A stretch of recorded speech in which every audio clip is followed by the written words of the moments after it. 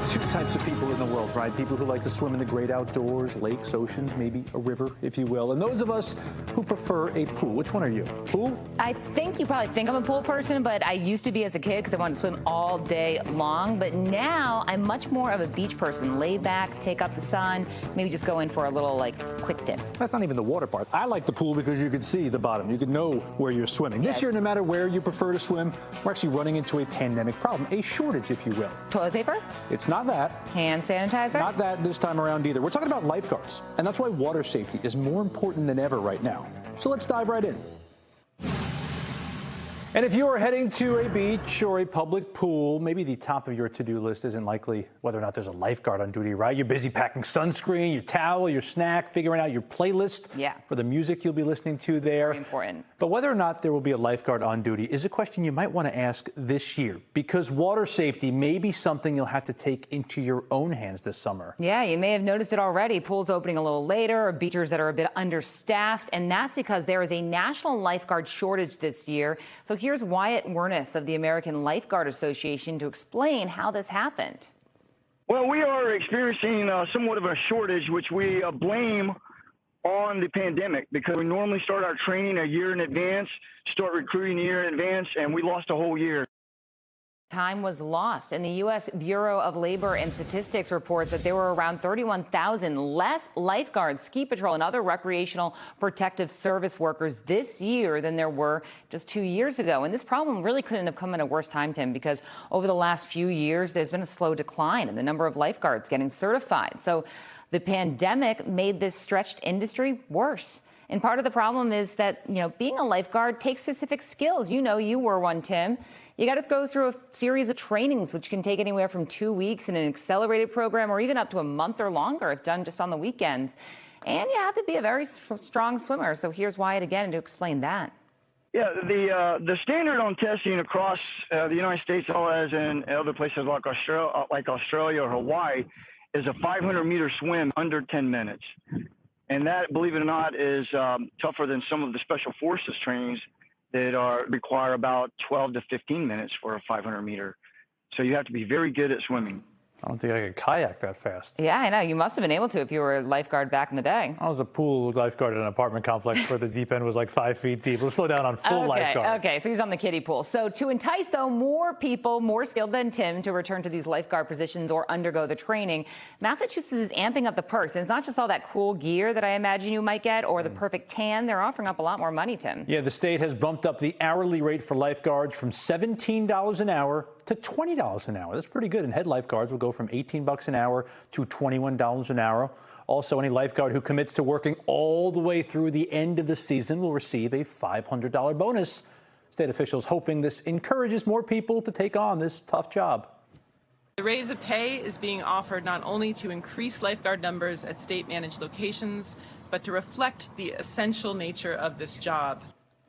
And this shortage situation isn't limited to your favorite beach or pool. Summer camps right now also looking to hire lifeguards. The president and CEO of the YMCA of Greater Boston says while its summer camps are fully staffed, they'd still like to hire more candidates, and they're offering incentives like free training for those that end up getting the job.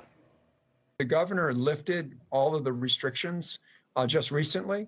And so I think that young people, being young people, presume that there weren't going to be as many summer jobs as there had in the past.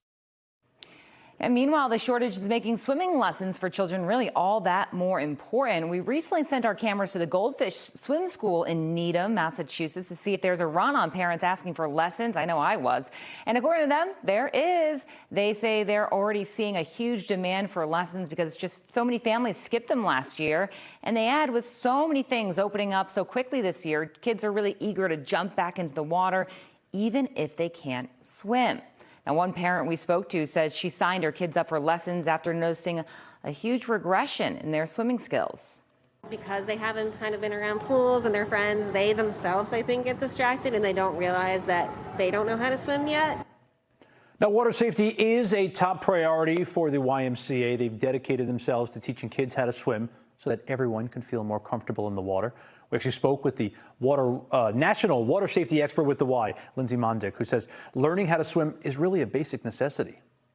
swimming lessons is a critical skill and an essential skill. It's not a luxury. It really is essential for anybody to learn to swim if they want to enjoy the water. We're really doubling down on our commitment to ensure that everybody has equitable access to swimming lessons. So we have a YMCA Safety Around Water program and our swimming lesson program where we offer free or reduced price swimming lessons for those who do need or want them. It is clearly needed as well, because if you've been watching the news recently, you know it's already been a tragic season in Massachusetts waters, and it's still only June. There have been 47 drownings in the first 5 months of this year. This is according to the State Department of Health.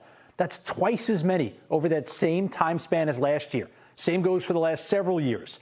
And we're about to head into July, just 2 days from now. And that's typically the month with the most drownings in Massachusetts, which means we are heading into one of the most dangerous times of the summer. Yeah, it's so horrible. I know, as a reporter, we've had to cover these before, and it's heartbreaking to see the anguish in families' faces when they have to deal with something like this. Unfortunately, there was another one today down in Scituate. So what should you do if you see someone struggling in the water? Well, your first instinct, it might be to jump in the water and just save them. But that itself could be dangerous for you. Yeah, it certainly can. A drowning person could accidentally pull you under the water with them. So what should you really do? Well, according to many established guidelines, you should try tossing a flotation device, or maybe even a rope or a towel or even a pool noodle to help the drowning person without increasing the risk to others. Yeah, and keeps you out of the water as well. You also want to get backup, like a lifeguard. But if they're not around, as we've been talking about, there's been a shortage, you could call 911 or tell someone else that to call 911. To let them know that someone's drowning. They need to call police. Yeah, that's critical, so you can get backup. And if you are a trained swimmer, then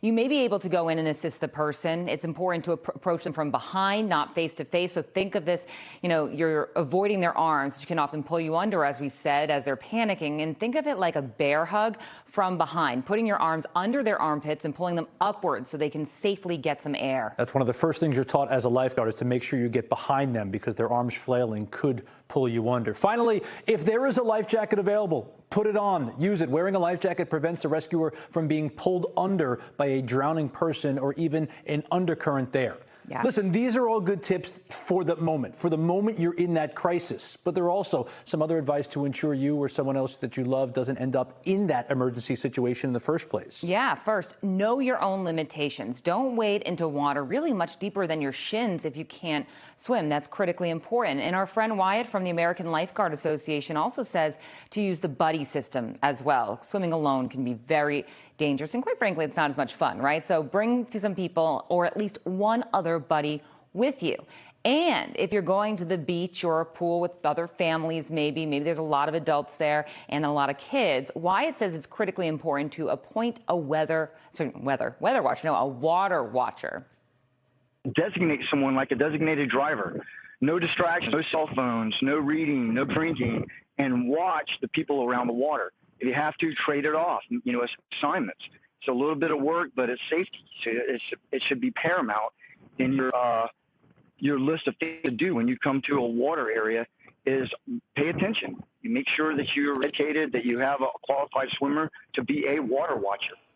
Yeah, that's critically important, especially when you think about places like the beach. You saw the video from today. All these people headed out to the beach, and that's why it's so tough for a lifeguard, especially in those settings, because you're watching a dozen people, 20, 30 people at the same time. So if you could be that extra set of eyes, that could be especially helpful if someone is maybe going out a little further than they're comfortable. And I'm sure you know this from your lifeguard training, but a lot of times a drowning person doesn't even look like they're drowning. They might just be struggling to stay away. May not be even flailing above the water. You think of it like the movies. It doesn't always happen like that. It happens in an instant, too. Yeah. Now, we know pools can be dangerous because some of them, especially in the deep end, can be particularly scary for folks who don't know how to swim. And oceans, they have that problem, too, especially if there's a quick drop-off you weren't expecting. Yeah, rip currents are a major factor in drownings as well, and that is when there's this gap in a sandbar, creating a localized phenomenon where water rushes through swiftly and then pushing them out to sea. And if that happens to you, that can drag you further out. And experts say do not panic if you're in this situation. Harder to do, but don't fight it. Instead, what you're supposed to do is swim across the current, parallel to the shore, and not against the current. So parallel to the shoreline there, horizontal. Yeah, and if you can't escape from that, you float or tread water. Easier said than done, but you'd be surprised when you stop flailing around how easy it is to just float in the water there. Rip currents actually account for 80% of beach rescues. So if you think swimming lessons are for kids, also never too old to learn how to swim. Absolutely. The YMCA, we have adult lessons that range from beginners, those who might have fear of water, all the way up through advanced stroke techniques or swimming programs that focus on competition. And we do have rip currents here, and I will say, as a fairly good swimmer and a former lifeguard, it catches you off guard. It definitely does. Because you feel like you're okay, and then all of a sudden, you look over at the beach, and you are way down and a lot farther out than you thought. For sure, and then you start to take in all that water, and it's easy to panic. So it's important, especially if you're going out there with your family, and always as a kid, let someone know that you want to go swimming, because that's another way you can easily protect yourself. As we head into the months of July and August, a lot of good tips there for folks to keep in mind when you're headed to the beach, even a pool, something as simple as a pond, where tragedy can strike awfully quickly. Absolutely. Listen, we are in the middle of a heat wave. That's why we're talking about water safety as well. Tied a record yesterday, tied a record today, and it sounds like tomorrow could also be a hot one. So